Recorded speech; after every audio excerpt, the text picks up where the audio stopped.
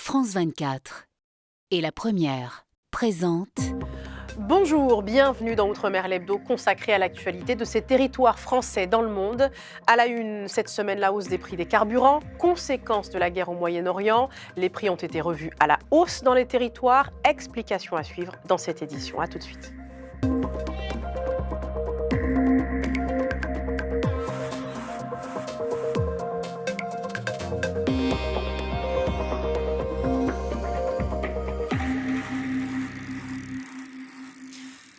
Mais d'abord, la réforme constitutionnelle pour la Nouvelle-Calédonie n'a pas été débattue à l'Assemblée nationale.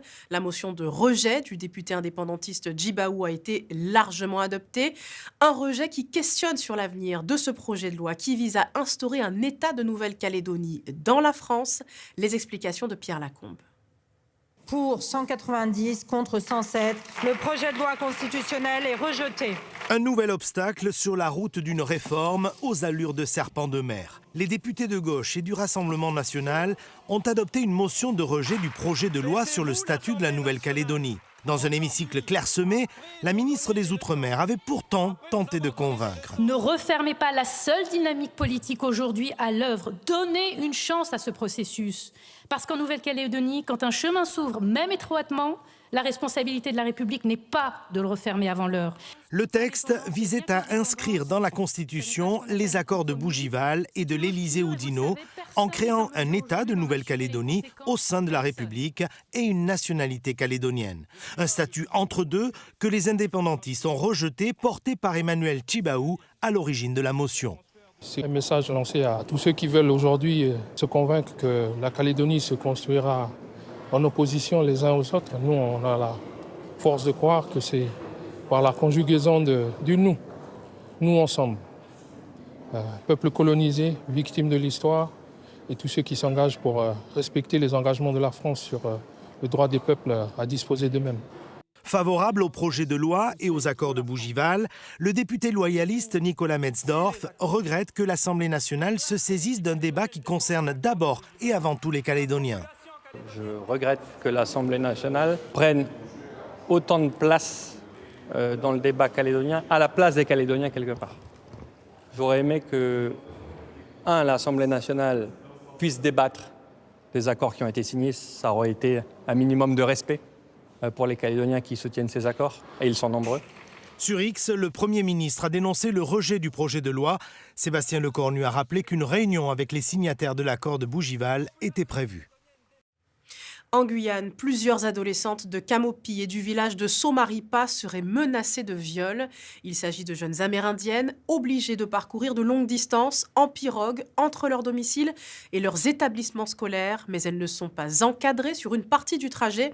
Les parents d'élèves et des syndicats pointent la responsabilité des autorités. Leila Zelouma. Tous les jours, 125 élèves issus pour la plupart de communautés autochtones naviguent sur le fleuve Oyapock pour se rendre à l'école. De Saint-Georges de l'Oyapock à Somaripa, puis de Somaripa jusqu'à Camopi, des collégiennes seraient menacées de viol par des garçons mineurs et parfois adultes. Deux filles, de 11 et 12 ans, auraient même demandé la pose d'un implant, craignant de tomber enceinte, selon un signalement du centre de santé de Saint-Georges. On rappelle qu'il y a 125 enfants transportés pour 5 encadrants jusqu'à Somaripa. Entre Somaripa et Camopi-Troisseau, on ne sait pas comment sont encadrés les enfants, par qui. La collectivité territoriale de Guyane, en charge du transport scolaire, a proposé des solutions. Nous avons aujourd'hui 5 personnels de la collectivité qui sont portés volontaires. On échange également avec d'autres personnes qui pourraient accompagner. Donc voilà, on est encore en train de terminer de caler ce dispositif, mais on aura au moins 5 personnes qui se sont d'ores et déjà portées volontaires pour accompagner, en plus de l'encadrement déjà en place. L'Académie de la Guyane, elle, n'a pas souhaité répondre à nos questions, mais précise. Le rectorat affirme travailler en étroite collaboration avec la préfecture et la collectivité territoriale de Guyane. Pour l'Organisation des Nations autochtones de Guyane, ces menaces de viol ont déjà été signalées en 2015 dans un rapport parlementaire sur le suicide des jeunes Amérindiens. Les organisations autochtones de Guyane, le Grand Conseil coutumier, nous n'avons pas entendu parler d'un quelconque bilan sur ces 37 propositions. Donc je veux déjà revenir en arrière pour dire que ce problème existe depuis très longtemps et les autorités sont au courant. Une rencontre entre les syndicats et la collectivité territoriale de Guyane devait avoir lieu. Cette image, après environ 6 semaines de coulées de lave, l'activité volcanique s'est arrêtée à La Réunion. Le piton de la Fournaise s'était réveillé le 13 février dernier, puis s'est arrêté le 25 mars avant de reprendre 3 jours plus tard. Les scientifiques n'excluent donc pas l'hypothèse d'un nouveau réveil.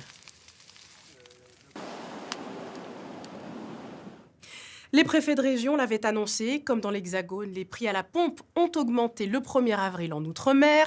C'est l'un des effets de la guerre au Moyen-Orient, la hausse des prix des carburants, une vingtaine de centimes le litre en moyenne.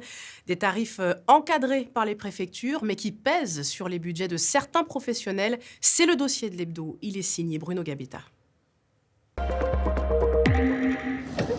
Pour cet entrepreneur de Nouvelle-Calédonie, remplir les réservoirs de ses 2 pelles mécaniques, un surcoût de 35 € par rapport au mois dernier, plus 16% pour le sans-plomb, plus 19% pour le gasoil, une difficulté de plus dans une économie locale déjà fragilisée.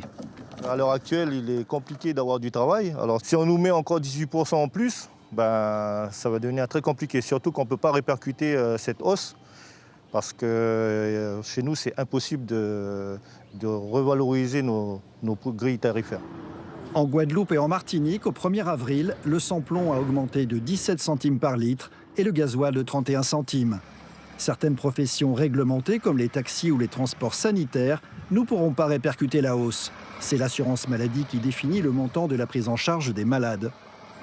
Ce qu'on attend, c'est qu'on ait des aides, pas des moratoires, pas des reports de charges sociales ou fiscales. C'est vraiment des aides pour pouvoir assurer la continuité des soins. Pour certains élus, la situation au Proche-Orient n'explique pas tout. Il y a la situation effectivement de la guerre au niveau Proche-Orient, mais peut-être qu'on en profite aussi de l'augmenter aussi rapidement et avec un taux aussi élevé. On pourrait s'approvisionner dans la Caraïbe puisqu'il existe des réseaux pour cela. Malheureusement, il faut faire évoluer les relations que nous avons avec la France et être en capacité de pouvoir nous-mêmes nous approvisionner. C'est à La Réunion que les prix ont le plus augmenté, plus 42 centimes par litre pour le sans-plomb et plus 52 centimes pour le gasoil. Ce gérant d'auto-école devrait répercuter la hausse, un ajustement indispensable selon lui. On est en train d'évaluer l'impact que l'augmentation a, mais aux premières estimations, oui, il y a des chances qu'on soit obligé de modifier nos tarifs, puisque le carburant est quand même un des coûts principaux de notre fonctionnement. Conséquence de la crise au Proche-Orient, la hausse du prix des carburants en Outre-mer reste toutefois moins forte que la moyenne hexagonale. Une augmentation cependant difficile à supporter pour des populations déjà précarisées par le coût de la vie dans ces territoires. En Polynésie, le porte-monnaie des parents ne s'en portera que mieux. La cantine sera bientôt gratuite pour tous. Dès la rentrée prochaine, la rentrée scolaire 2026-2027, tous les élèves des collèges et lycées publics y auront droit. AFAA, le reportage de Mélissa Chong et Marcel Bonneau. Manger à la cantine sans se soucier du prix, c'est un souhait partagé par de nombreux parents et il devient enfin réalité. Dès la rentrée du mois d'août, les familles d'élèves scolarisés dans les collèges et lycées publics n'auront plus à payer la cantine. Fini les 9 900 francs à débourser à chaque trimestre. Je pense que c'est bien aussi d'un côté. Ça arrange aussi surtout pour les familles qui sont défavorisées, qui ne peuvent pas payer les factures de la cantine. Moi, je suis très content pour la cantine pour l'année prochaine pour les enfants. C'est bien aussi pour les parents. Ils n'ont pas aussi trop de budget à payer tout ça. Un budget d'1,1 milliard de francs pacifiques sera consacré à cette mesure, mais le gouvernement l'assure, cette enveloppe pourra être ajustée en fonction de la situation économique du pays. Avec la gratuité de la cantine, c'est aussi la production locale qui est valorisée auprès de tous les élèves. À l'école, on ne fait pas de discrimination. L'école, c'est un lieu où tous les élèves sont égaux et il n'y a pas de discrimination. Et quand il s'agit de repas, on ne fait pas le choix de le donner à des élèves aux enfants dont les familles ont moins ou plus de moyens. C'est pareil pour tout le monde. Ce dispositif sera étendu sur une quarantaine d'établissements publics répartis sur toute la Polynésie. Prochaine étape, instaurer la gratuité de la cantine aux élèves du primaire. Pour cela, pays et communes doivent encore se concerter. On termine avec le seul village d'outre-mer sélectionné pour l'édition 2026 du village préféré des Français. Cacao attire tous les regards. Situé sur la commune de Roura en Guyane, ses paysages, son histoire et la chaleur de ses habitants en font un lieu unique. Présentation avec Jean-Louis Ravalli. À 1 heure de route de Cayenne, au cœur de la forêt amazonienne, le village de Cacao.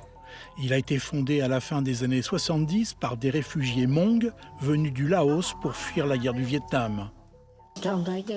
Ici, c'est un pays équatorial.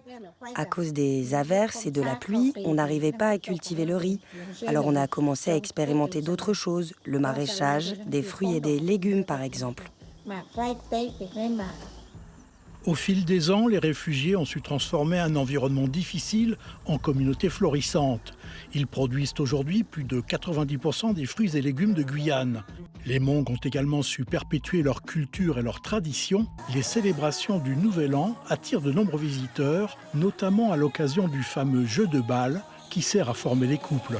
Vous jetez la balle à votre copine ou bien à votre peut-être future épouse.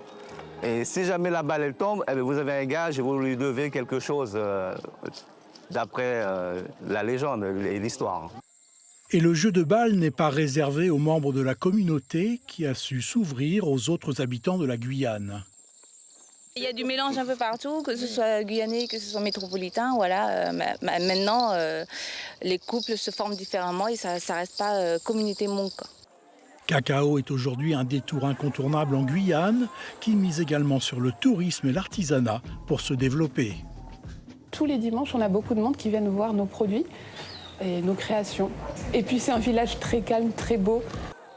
Alors Cacao sera-t-il élu village préféré des Français ? Le scrutin est clos depuis le 6 mars. Résultat en juillet lors d'une grande soirée télévisée sur France 3.